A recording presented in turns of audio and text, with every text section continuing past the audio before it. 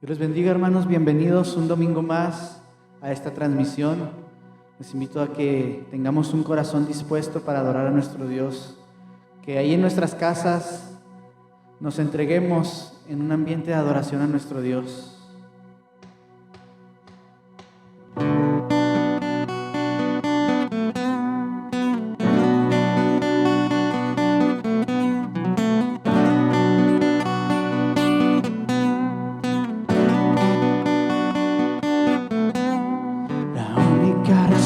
De mi adoración eres tú, mi Jesús, el único motivo para vivir eres tú, mi Señor, mi única verdad está en ti, eres mi luz y mi salvación, mi único amor eres tu Señor y por siempre te alabaré.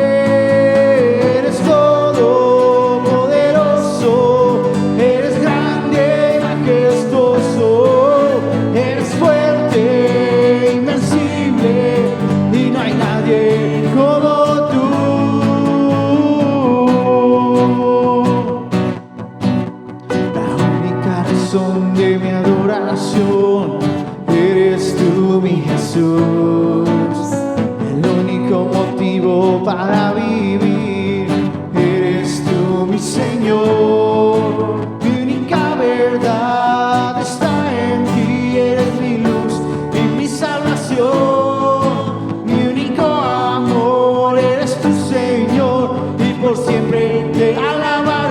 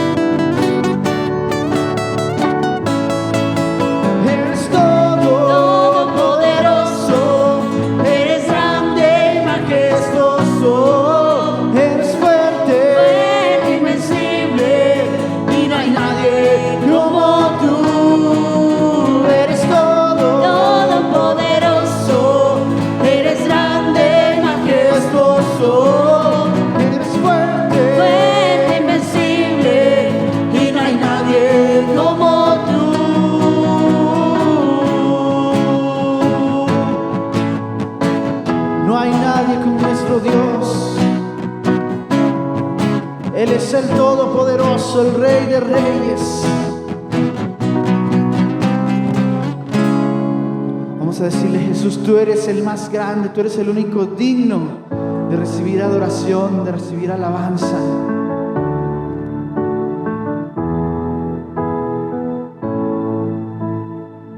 Dilo con nosotros: Dios, el más grande y digno de alabar. Yo vengo a tu presencia a adorar. Yo doblo mis rodillas ante ti. Dios, el más grande y digno de alabar.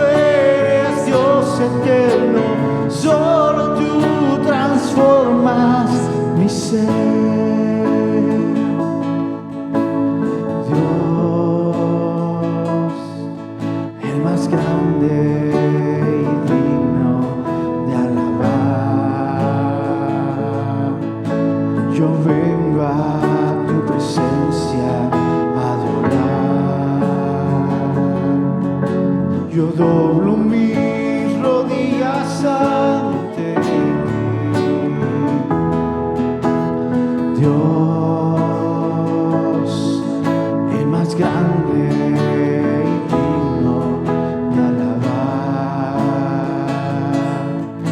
Me ayuda al enemigo derrotar. El gozo de mi vida eres tú, Señor. Yo quiero levantar mi voz, quiero agradecerte por tu obra en mi vida, Señor. Confío en tu grande amor.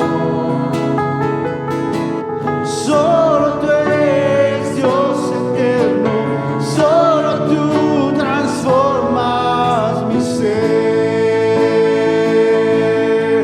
Señor, yo quiero levantar mi voz, quiero agradecerte por tu obra en mi vida, Señor. Confío en tu grande amor. Solo tú eres Dios eterno, solo tú transformas mi ser. Solo tú eres Dios eterno, solo tú transformas mi ser. Solamente tú eres digno, Dios, de recibir gloria, de recibir honra, oh Dios. Venimos a este lugar con el único propósito de exaltarte. Estamos aquí reunidos con el único propósito de adorarte, Jesús. Lo único que queremos es agradarte, Espíritu Santo.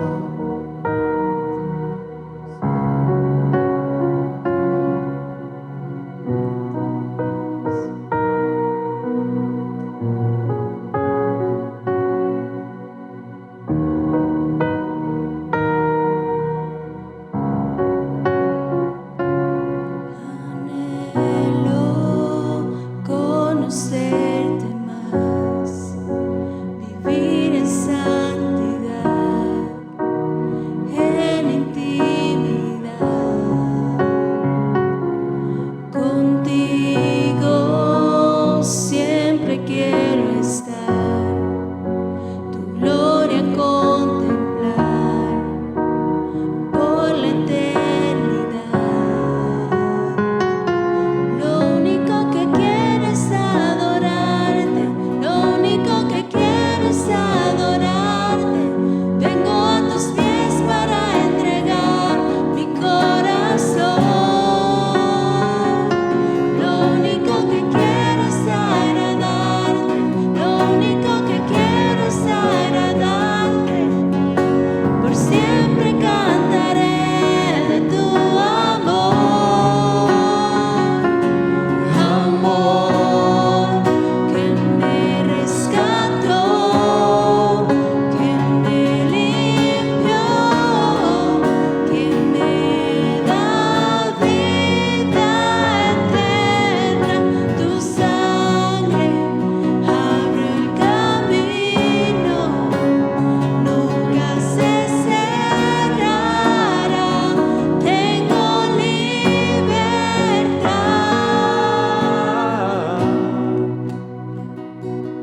Anhelo conocerte más, vivir en santidad, en intimidad. Contigo siempre quiero estar, tu gloria contemplar por la eternidad. Lo único que quiero es adorarte, lo único que quiero es adorarte. Vengo a tus pies para entregar mi corazón. Lo único que quiero es agradarte, Lo único que quiero es agradarte, por siempre cantaré de tu amor, amor que me rescató, que me limpió, que me da vida eterna. Tu sangre abre el camino, nunca se cerrará. Tengo libertad.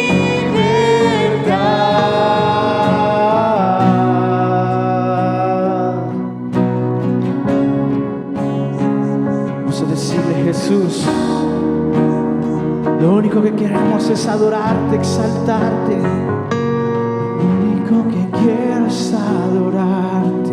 Lo único que quiero es adorarte. Vengo a tus pies para entregar mi corazón.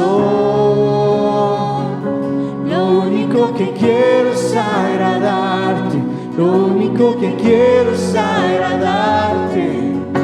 Por siempre cantaré de tu amor. Lo único que quiero es adorarte. Lo único que quiero es adorarte. Vengo a tus pies para entregar mi corazón. Lo único que quiero es agradarte. Lo único que quiero es agradarte. Por siempre cantaré de tu amor, amor que me rescató, que me limpió, que me da vida eterna. Tu sangre abre el camino, nunca se cerrará. Tengo libertad.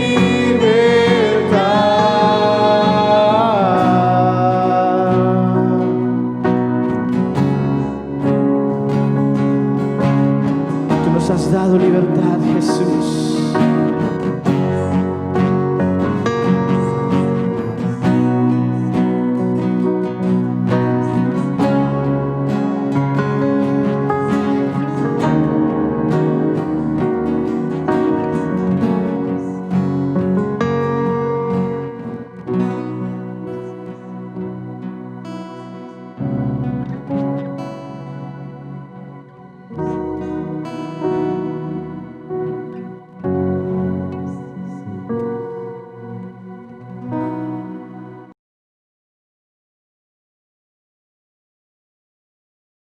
Es una bendición el poder, por este medio, compartir con todos ustedes una reflexión en la palabra del Señor. Esta vez, en la primera carta del apóstol Pedro, el capítulo 4, los versos 12 y 13, en esta reflexión le he titulado Divinamente Amados, por lo que engloba estos dos versículos. Yo quiero leerlos. Dijimos, es primera de Pedro 4, 12 y 13. Dice de la siguiente manera: Amados, no os sorprendáis del fuego de prueba que os ha sobrevenido, como si alguna cosa extraña os aconteciese, sino gozaos por cuanto sois participantes de los padecimientos de Cristo, para que también en la revelación de su gloria os gocéis con gran alegría. El apóstol Pedro está escribiendo esta carta a los cristianos que están dispersos en lo que se conocía como la provincia de Asia Menor. Estos cristianos del primer siglo no solamente estaban lidiando con múltiples herejías, con falsas enseñanzas que estaban surgiendo, sino que además empezaban a experimentar una persecución violenta a manos de Nerón. Y esta persecución que estaba empezando en ese tiempo se extendió por todo el Imperio Romano. Entonces,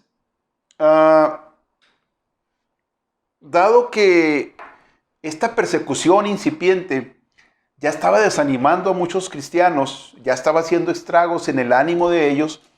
El apóstol Pedro se da la tarea de aclarar, de poner los puntos sobre las íes, advirtiendo a sus destinatarios, a estos cristianos dispersos por el Asia Menor, sobre la gran posibilidad una posibilidad muy real de que incluso algunos de ellos se convirtieran en mártires. Pienso que si el apóstol Pedro hubiera tenido los medios de comunicación que ahora actuales, de los cuales nosotros disfrutamos, yo creo que por el sentir, la preocupación, por el amor que él tenía por ellos, él rápido hubiera mandado un comunicado, algún mensaje, algún correo, ¿no? Pero no tenía estos medios que ahora nosotros podemos disfrutar. Entonces, realmente no sabemos cuánto tiempo pasó desde que empieza la persecución y Pedro siente esa preocupación por estos hermanos y les escribe y les llega la carta a toda esa región del Asia Menor, que es lo que ahora es actualmente el país de Turquía. Más o menos ese era el área que abarcaba esta provincia. Entonces, yo quiero que notemos de entrada el tono con el cual el apóstol Pedro les escribe estos versos a los hermanos, ¿verdad? Me llama la atención que él no dice, no, miren, tranquilos, no se apuren, no pasa nada. Yo como un gran apóstol, ¿verdad? Como un enviado personal del Señor Jesucristo, pues voy a orar, voy a hacer tal y cual declaración profética apostólica, que en ese caso sí correspondía, porque él era un apóstol llamado directamente por el Señor. Él no dice, no, miren, yo lo arreglo, esta persecución, 2, 3 cosas que yo diga y cesa el problema, asunto arreglado, ¿no? Desde entrada vemos que Pedro y los cristianos de ese tiempo no tenían esa idea que ahora se tiene en el tiempo moderno, de ver a Dios como el genio de la lámpara, como de ver a Dios como alguien que tiene que hacer lo que yo le digo, ¿no? Porque a veces, aún en estos tiempos, ¿no? Hay gente que quiere tratar estos asuntos tan serios como una contingencia mundial, como todo lo que trae ahí aparejado de pérdida de empleos, problemas mentales, situaciones familiares complicadas. Esto no se trata con ligereza, ¿no? No lo hizo Pedro así, a pesar de que él tenía una relación muy especial con el Señor. Él había andado personalmente con el Señor Jesucristo. Él estuvo en la transfiguración del Señor Jesucristo. Él fue testigo de la resurrección y de la ascensión del Señor. Sin embargo, él sabía muy bien que Dios es soberano sobre todas las cosas, ¿verdad? Entonces, cuando tú quieras tratar a Dios así, pues solamente te invito que antes vayas con tu jefe en tu trabajo, llegues y le decretes y le digas que te tiene que aumentar el sueldo, que tiene que cambiar las condiciones porque tú ya lo declaraste y te lo tiene que conceder. Yo creo que ninguno otro hacemos esto. Al contrario, cuando el jefe te llama a su oficina o a su escritorio, tú vas con un pendiente de qué va a pasar contigo, si vas a seguir con tu trabajo o vas a recibir alguna reprimenda. Aunque no hayas hecho nada, pero puede que tengas ese sentir, ¿no? Porque sabes que esa persona es una persona de autoridad sobre tu vida. Yo creo que con Dios debemos de actuar con esa humildad, con esa actitud de esperar, de confiar que Él es Dios sobre todas las cosas y que si Dios no detiene las circunstancias difíciles que estamos viviendo, no es porque Él no tenga poder, sino que más bien es porque Él tiene un plan mayor que en el momento nosotros obviamente no alcanzamos a ver. Bueno, recientemente un motivador muy conocido de origen argentino que dirige una iglesia en California me llamó la atención que dice, la gente no tiene problemas con Dios, más bien la gente tiene problemas con los mensajeros de Dios. Aquellos que hablamos la palabra del Señor, que le hemos dicho a la gente en el tiempo pasado que no tendrían aflicción, que no se enfermarían y mucho ese tipo de declaraciones que hizo que la gente se formara una idea equivocada de Dios. Y cuando la gente experimenta ya dificultades, entonces a veces no sabe cómo reaccionar. Entonces me interesa mucho dejar claro que Pedro no actúa con ligereza, Pedro no actúa con irresponsabilidad. Por el contrario, él sabía muy bien que nuestras actitudes, que nuestras creencias determinan nuestro comportamiento. Por eso, y quiero que lo veas ahí, en Primera de Pedro, misma carta, pero capítulo 1, verso 13, él empieza diciendo, por tanto, ceñid los lomos de vuestro entendimiento. Es interesante que él usa esta expresión hebrea muy conocida. Ceñir los lomos del entendimiento significa tener una disposición mental, una preparación anímica para accionar, ¿verdad? Esto es lo que significa ceñir los lomos del entendimiento. Por ejemplo, los judíos cuando salen de Egipto, ¿verdad? Ellos debieron de comer, la ordenanza era que la Pascua, la comida de la Pascua, la tenían que comer como si estuvieran apurados, ceñidos sus lomos, lo que iban a cargar, lo que iban a llevar, ya como sus mochilas listas, ¿verdad? Según Éxodo 12, así les dijo, tienen que comerla con sus lomos ceñidos, es decir, listos para la acción. Entonces es bien importante porque nuestra actitud mental es fundamental para ver cómo nosotros vamos a afrontar y cómo vamos a sortear los tiempos de dificultad como el que estamos viviendo. Voy a citar aquí al doctor Gabriel Floresiani, que es un pastor y neurocirujano argentino, que habla a este respecto de la importancia de tener una correcta actitud mental en el tiempo de la dificultad. Fíjate lo que él dice. Dice, cuando nuestras emociones se salen de control, perdemos el dominio de la situación en la que nos encontramos. Por lo que es importante tener emociones equilibradas. Sigue diciendo el doctor Gabriel Flores, las emociones constituyen tus pensamientos. Y luego aquí subraya esto que me parece de primordial importancia, dice, aprende a utilizar tus emociones para pensar. No pienses con tus emociones. Nuevamente dice, aprende a utilizar tus emociones para pensar. No pienses con tus emociones. Y al final él dice que el crecer anímicamente, el madurar, el tener esperanzas, el tener fe, producen en nosotros respuestas neurohormonales. Es una palabra que casi nunca había usado, ¿no? Que da a entender que esas respuestas de nuestro organismo mejoran nuestra aptitud para la supervivencia. Es decir, para afrontar la dificultad, la palabra de Dios nos dice en 1 de Pedro 1:13, y lo confirma este pastor neurocirujano, es bien importante la actitud que nosotros mostramos ante la adversidad para brincarla de una manera favorable. Voy a leerte este mismo pasaje de 1 de Pedro 1:13 en la traducción de un teólogo llamado Kenneth West. Es el mismo pasaje, pero es bien interesante la traducción que hace Kenneth West, que dice, hablando de 1 de Pedro 1:13, por lo tanto, habiendo apartado de una vez por todas todo lo que impediría la acción libre de su mente, esté tranquilo y recogido en espíritu. Fíjate qué interesante, dice, quita de una vez por todas, saca de tu mente todo lo que te impide que tu mente funcione libremente. Lo que decíamos ahorita, no pienses con tus emociones, usa tus emociones para pensar. Entonces dice él, esté tranquilo y recogido en espíritu. Y nosotros preguntaríamos, pues qué bien, ¿no? Pero ¿cómo se le hace? ¿Cómo se logra ese estado mental? Lo dice ahí enseguida, dice, y ponga su esperanza perfecta, total, inmutable, sin duda y desaliento, sobre la gracia que te trae en ocasión de la revelación de Jesucristo. ¿Cómo le hago para que mis emociones no me controlen? ¿Cómo le hago para no ser presa del temor, de la ansiedad, de la zozobra, de la angustia? ¿Cómo se le hace? Bueno, la Biblia dice, pon tu esperanza perfecta, total, inmutable, sin duda y sin desaliento sobre la gracia del Señor Jesucristo. Es decir, las crisis, las ansiedades, los problemas no se resuelven por nuestros medios, no se resuelven solamente que nosotros lo deseemos mucho, se resuelven cuando ponemos nuestra fe y nuestra confianza en la gracia, ¿verdad? En el amor y en la fidelidad y en la misericordia del Señor Jesucristo, que son reales para nosotros, que son reales en nuestras vidas. Ok. Quiero dejar bien claro entonces que ante la prueba tenemos una responsabilidad y Dios nos llama a tomar control de nuestras emociones, un control total, ¿verdad?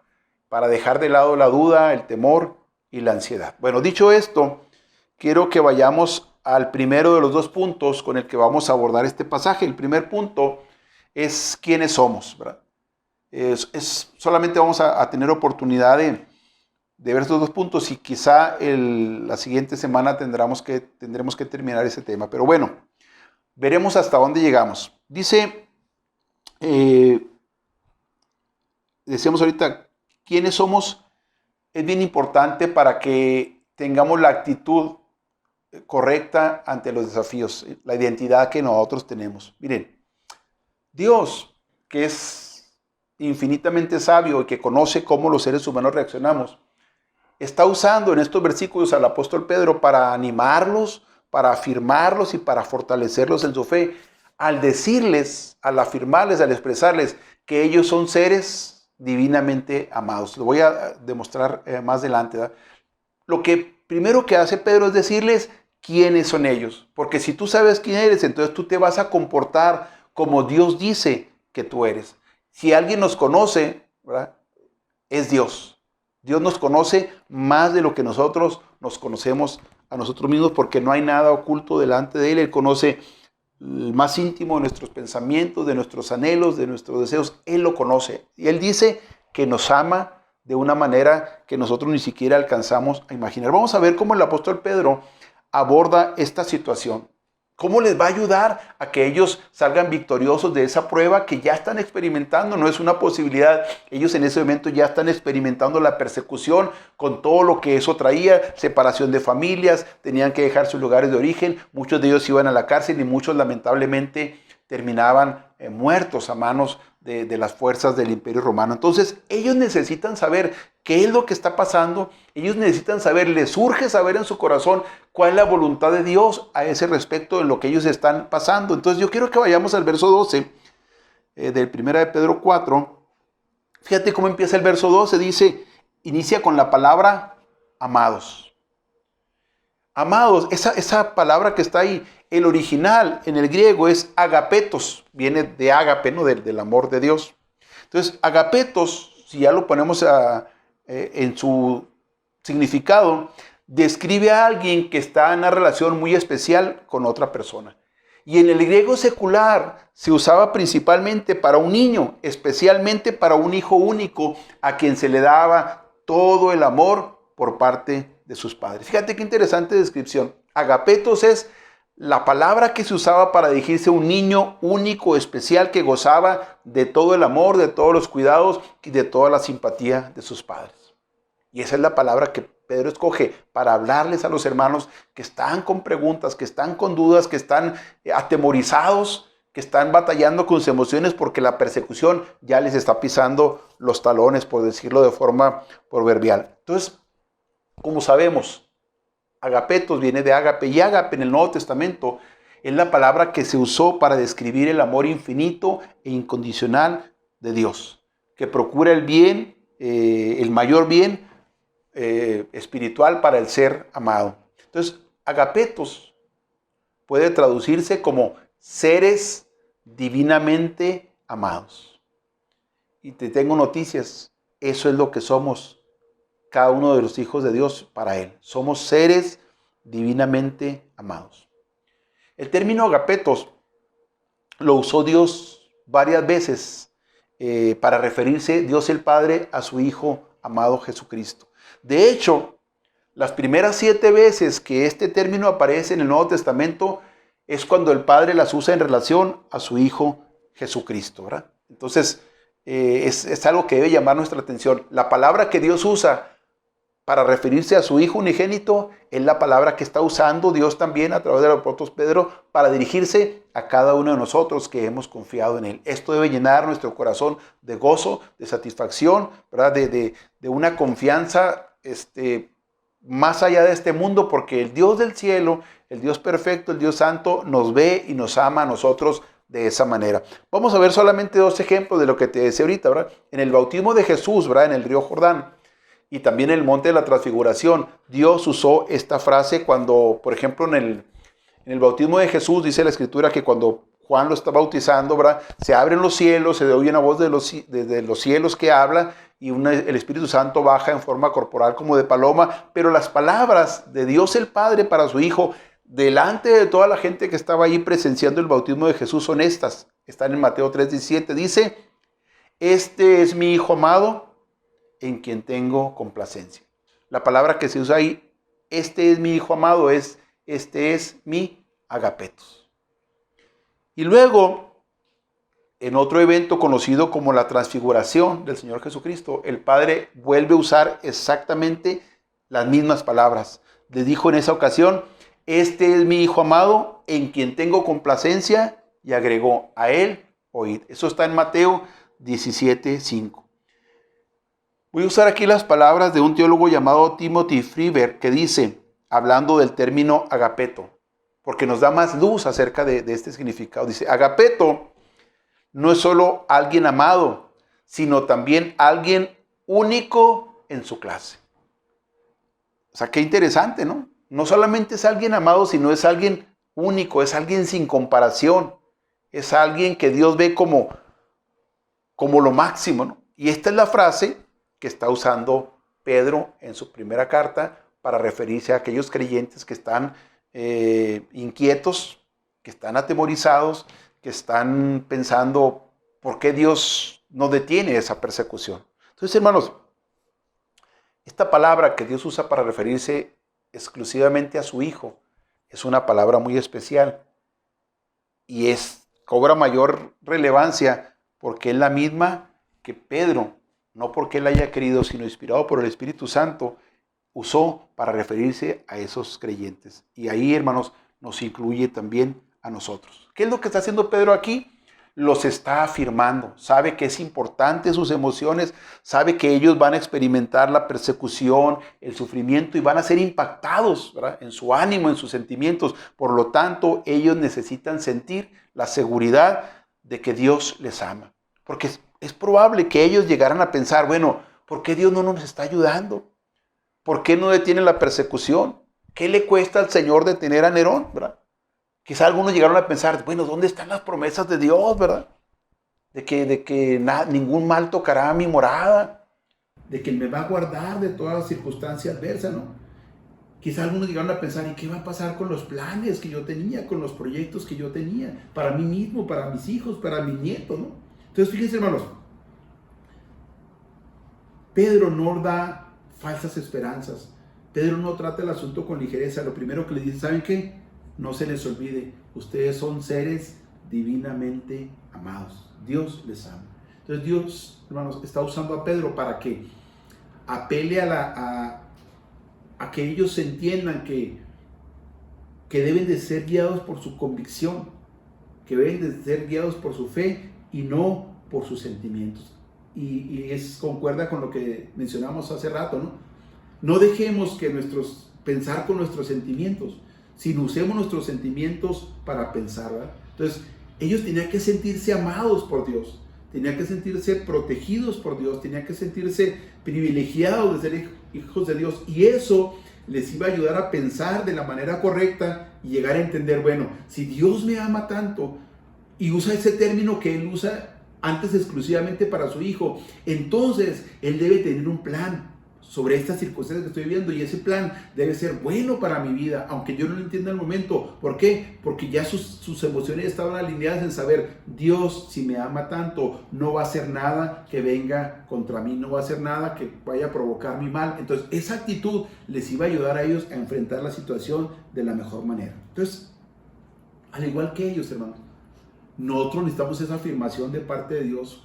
Y cuando tú y yo nos sentimos amados, protegidos, respaldados por Dios, privilegiados de ser sus hijos, entonces ese sentimiento, esa convicción, esa seguridad, esa fe en su palabra se constituye en nuestra alma como un ancla que no deja que nosotros seamos movidos por los sentimientos, que ahora pensemos una cosa, que el día de mañana nos desanimemos y ya pensemos algo totalmente diferente, que ahorita nos sintamos amados por Dios, mañana abandonados, pasado mañana desamparados, olvidados, y después volver otra vez y que estemos nosotros en ese vaivén de las emociones. No, hermanos, tenemos que tener esa ancla firme en nuestra alma. Dios nos ama, y nos ama tanto que está dispuesto y tiene poder para ayudarnos a sortear toda dificultad y toda reto que esta vida nos presente, ¿verdad? Estas situaciones que estamos viviendo ahorita y las que vengan en el futuro, Dios está con nosotros y nos ayudará a salir adelante. Paso al número 2. En este tema vamos a hablar de un no y de un sí. Entonces necesito empezar a hablar con un no, porque el texto así no lo va marcando, ¿no? Entonces fíjense, ¿cuál es ese no?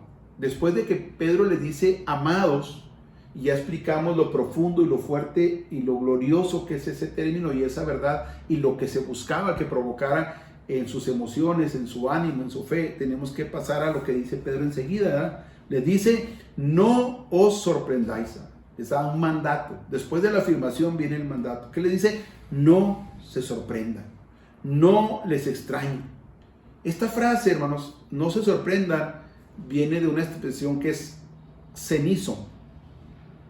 Y cenizo viene de genos, de donde viene la palabra genofobia, ¿verdad? Y genofobia se describe como el temor a los extraños. Entonces fíjate lo que dice. La palabra en sí describe como un shock que viene en la persona cuando viene el sufrimiento, cuando le sorprende la dificultad y la persona entra en un asombro, en una extrañeza ante lo que se está presentando ante su vida, ¿no? Y fíjate que Pedro se lo da no como una recomendación, sino es una orden. Dice, no se sorprendan, porque él sabe que ellos están choqueados, él sabe que ellos están conmocionados, porque de repente de estar en ese tiempo, en el primer siglo, creciendo la iglesia, avanzando, llegando a otras comunidades, más personas viniendo a la fe, de repente todo eso se ha interrumpido, todo eso se acaba y luego ahora viene toda la fuerza del Imperio Romano contra los creyentes sin haber un motivo, ¿verdad? para ser perseguidos. Entonces eso obviamente a ellos les llegó de sorpresa y Pedro les dice, hey, no se sorprendan de eso, no deben de tomarlo como que es algo extraño para ustedes, ¿no? El hecho que diga no os sorprendáis, que ponga la palabra normas, implica que él da por hecho que ellos están conmocionados, que ellos están batallando para digerir eso, que ellos están aproblemados en su fe. Entonces él les dice, dejen de estar pensando que eso que les está pasando es algo extraño. No debe ser así. Hermanos, cuando enfrentamos el sufrimiento, la mayoría de nosotros los seres humanos reaccionamos como si el padecer fuera algo extraño. Incluso llegamos a pensar que nadie ha sufrido como nosotros, o que nadie ha pasado, o que nadie experimenta las cosas que nosotros estamos pasando. Pero te tengo noticias. Muchos ya han enfrentado lo que tú enfrentas. Y algo que es una realidad, una máxima es, no es cierto que nadie ha sufrido más que tú. Cuando viene este tipo de cosas en nuestra vida, por nuestra humana naturaleza llegamos a pensar luego, ¿por qué yo? ¿O por qué esto me sucede a mí? Cuando te dan un diagnóstico que es atemorizante, cuando se pierde el trabajo, cuando vienen dificultades, la gente dice, ¿y por qué precisamente esto me pasa a mí? Como dijo aquel, ¿verdad? Todo yo. Es algo muy, muy humano que lleguemos a pensar así. Pero yo te voy a decir algo. Cuando Saulo, aquel famoso perseguidor de la iglesia, después llamado el apóstol Pablo, se convierte al cristianismo, el Señor Jesucristo envía a un hombre, Ananías, y este obedece temeroso, ¿no? Va a lo que Dios le manda, porque Dios le dice que vaya y ore por Saulo. Y cuando Dios manda a Ananías, le dice, voy a Hechos 9, 15 y 16, es un pasaje muy conocido, le dice Dios a Ananías, ve porque instrumento escogido me es este, es decir, el apóstol Pablo, o quien llegaría a ser el apóstol Pablo, ¿no? Dice, instrumento escogido me es este, para llevar mi nombre en presencia de los gentiles, y de reyes, y de los hijos de Israel. Pero enseguida, ahí qué bonito, ¿no? Apenas se acaba de entregar al Señor y ya ahora le está diciendo que va a ser un apóstol del Señor y que va a ir ante los reyes y está bien. Pero el 16 le dice, porque yo le mostraré cuánto, subraya esa palabra, yo le voy a mostrar cuánto le es necesario padecer por mi nombre. Basta leer el libro de los Hechos y las cartas del mismo apóstol Pablo para que dimensionemos a qué se refería con ese cuánto él tenía que padecer. Fíjate que no era una opción para Pablo, dice, ¿cuánto le es necesario padecer por mi nombre? Entonces te digo algo, seguramente ninguno de nosotros vamos a llegar a padecer como lo hizo el apóstol Pablo. Ahora, esto no significa que tus padecimientos o los míos son irrelevantes o que no le importen a Dios, no, el punto es que tú y yo no debemos de ver el sufrimiento como algo extraño, sino que lo veamos como parte normal, como ingrediente normal de la vida cristiana. ¿Y por qué es así? Porque nuestro Señor, nuestro Maestro, Él mismo vino a este mundo a padecer. Y la Biblia dice que Él nos dio ejemplo para que nosotros sigamos sus pisadas. Por eso Pedro le dice, no os sorprendáis del fuego de prueba que os ha sobrevenido. Ahí literalmente, hermanos, la palabra fuego de prueba es pruebas ardientes, cosas que les van a lastimar, cosas que los van que les va a doler, ¿verdad? Y nosotros sabemos en lo que esa palabra también literalmente significa ser fundidos en un horno, ser sometidos al fuego. Y él sabía, el apóstol Pedro, de lo que le está hablando, puesto que él mismo había experimentado esa prueba en su fe muchas veces. ¿Y saben qué, hermanos? No solamente Pedro fue encarcelado en el libro de los Hechos, no solamente fue amenazado, es más, Dios lo libró milagrosamente, pero Herodes en ese tiempo estaba pensando acabar con la vida de Pedro, porque había matado a Jacobo y vio que los judíos les había parecido bien eso, se había congratulado con ellos. Entonces, si con Jacobo estaban satisfechos, si dijo, si mato a Pedro, que es el cabecilla aquí, pues me lo voy a echar a la bolsa. Y esos eran sus planes, solo que Dios determinó que Pedro tenía todavía más cosas que hacer en este mundo, ¿no? Pero Pedro, hermanos, él siempre supo que él iba a ser un mártir por el Señor Jesucristo. O sea, cuando él está hablando a los hermanos, no se sorprendan por esto. No se me agüiten, hermanos, échele ganas, fortalezcas en Dios, entienda que Dios le ama, que Dios no lo va a dejar, Dios nos ha demostrado que nos ama, hermanos, no se desanimen. Nadie en ese momento puede haber dicho, no, pues para él qué fácil, ¿verdad? Él es un apóstol del Señor Jesucristo, él tiene tanta experiencia caminando con Dios, ¿verdad? Él incluso nos está escribiendo esta carta hablando por parte del Señor. No, hermanos, Pedro estaba bien consciente que no faltaba mucho para que él fuera un mártir por el Señor Jesucristo. El Señor le dijo, Pedro, cuando tú te ceñías y eras más joven, ibas a donde querías.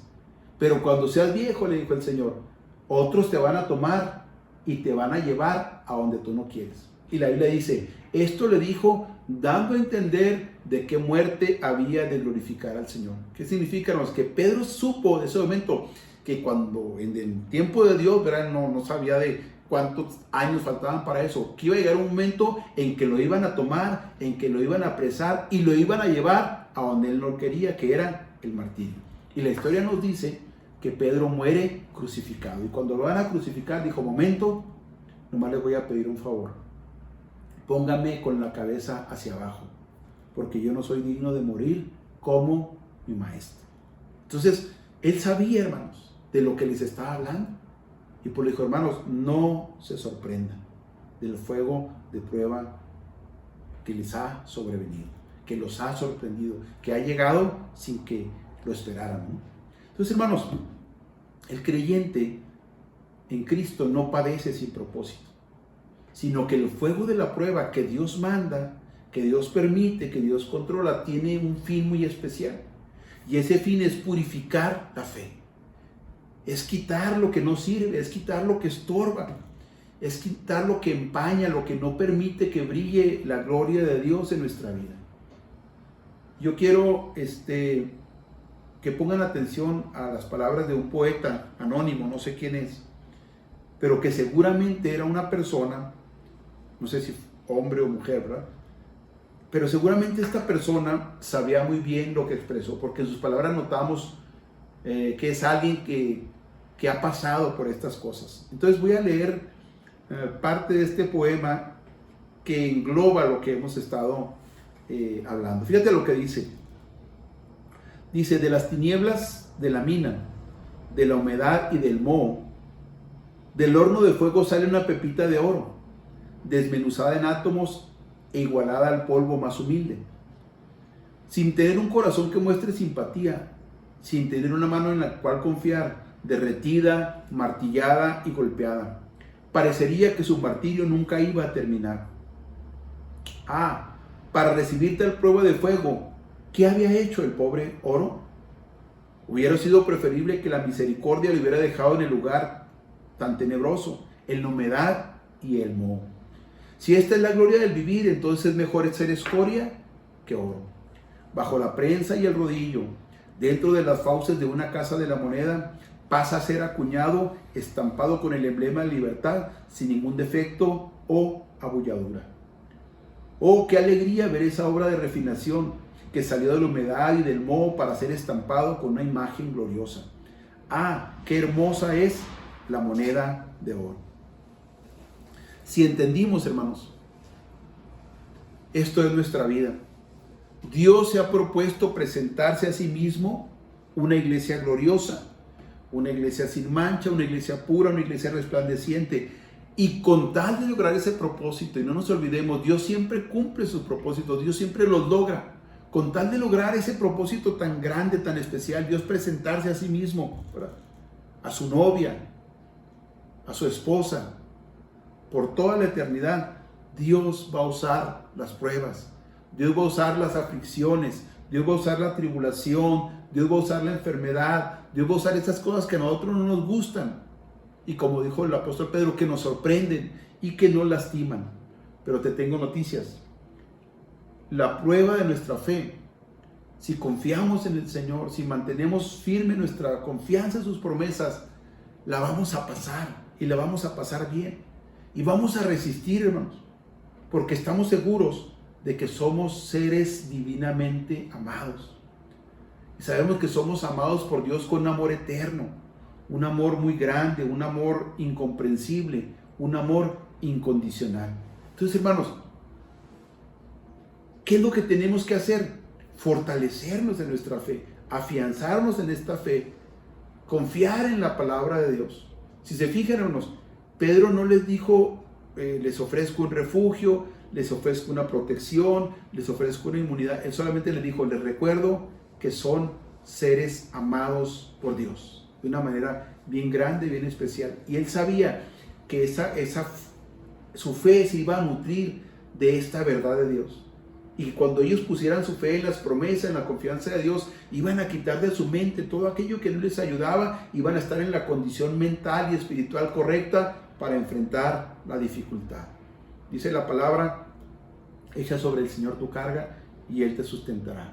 Dice, Dios no dejará para siempre caído al justo, sino que Él lo sostendrá con la diestra de su poder. Puede que en este tiempo tú hayas tenido esos eclipses en tu fe, que hayas tenido esos tiempos de desánimo, que haya venido la incertidumbre y te haya hecho dudar de las promesas, de los planes de Dios para tu vida. Como seres humanos, eso puede pasar. Pero déjame decirte, Dios no te va a dejar en esa condición. El Señor va a seguir hablando a tu vida palabras de fe, verdades que van a fortalecer tu corazón. Tus emociones serán alineadas por el Señor y el Espíritu Santo te dirá, te hablará en lo profundo de tu corazón y te dará testimonio de la realidad de ese amor tan grande que Dios tiene para ti. Hermanos, no somos personas ordinarias. Somos amados por Dios, cual si fuéramos únicos en nuestra clase. Somos amados por Dios como si fuéramos hijos únicos, queridos, amados, mimados por el Señor. Esto no te lo digo para hacerte sentir bien, esto es algo que le dice Pedro a sus lectores originales y nos lo dice Dios a través de su palabra a nosotros. Amados, eso es lo que somos para Dios, hermano. Gente que Él ama profundamente, gente que el Señor nos ha prometido amarnos eternamente. Su amor nunca nos va a fallar, su cuidado no nos va a fallar y esa es nuestra certeza. Saldremos adelante, triunfaremos, resistiremos porque Dios nos ama. Dios los bendiga, hermanos.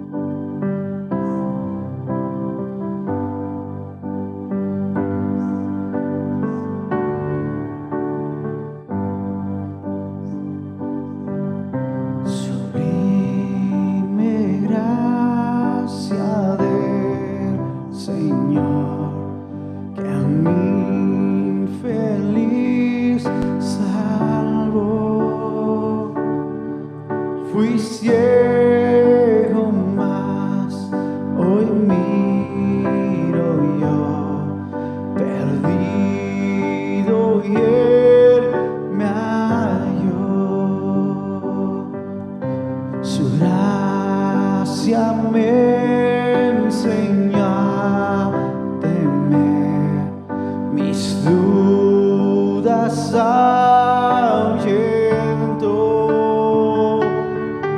Oh, cuán precioso fue a mi ser cuando Él me transformó de mi maldad,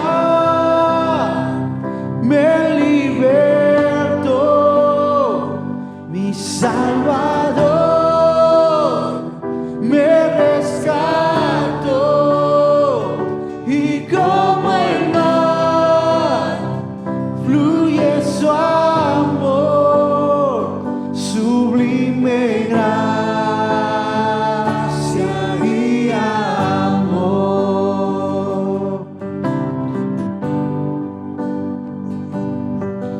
En los peligros y aflicción que yo he tenido aquí, su gracia siempre me libró y me guiará al hogar de mi maldad, me libertó, mi Salvador me rescató, y como el mar fluye su amor, sublime gracia y amor.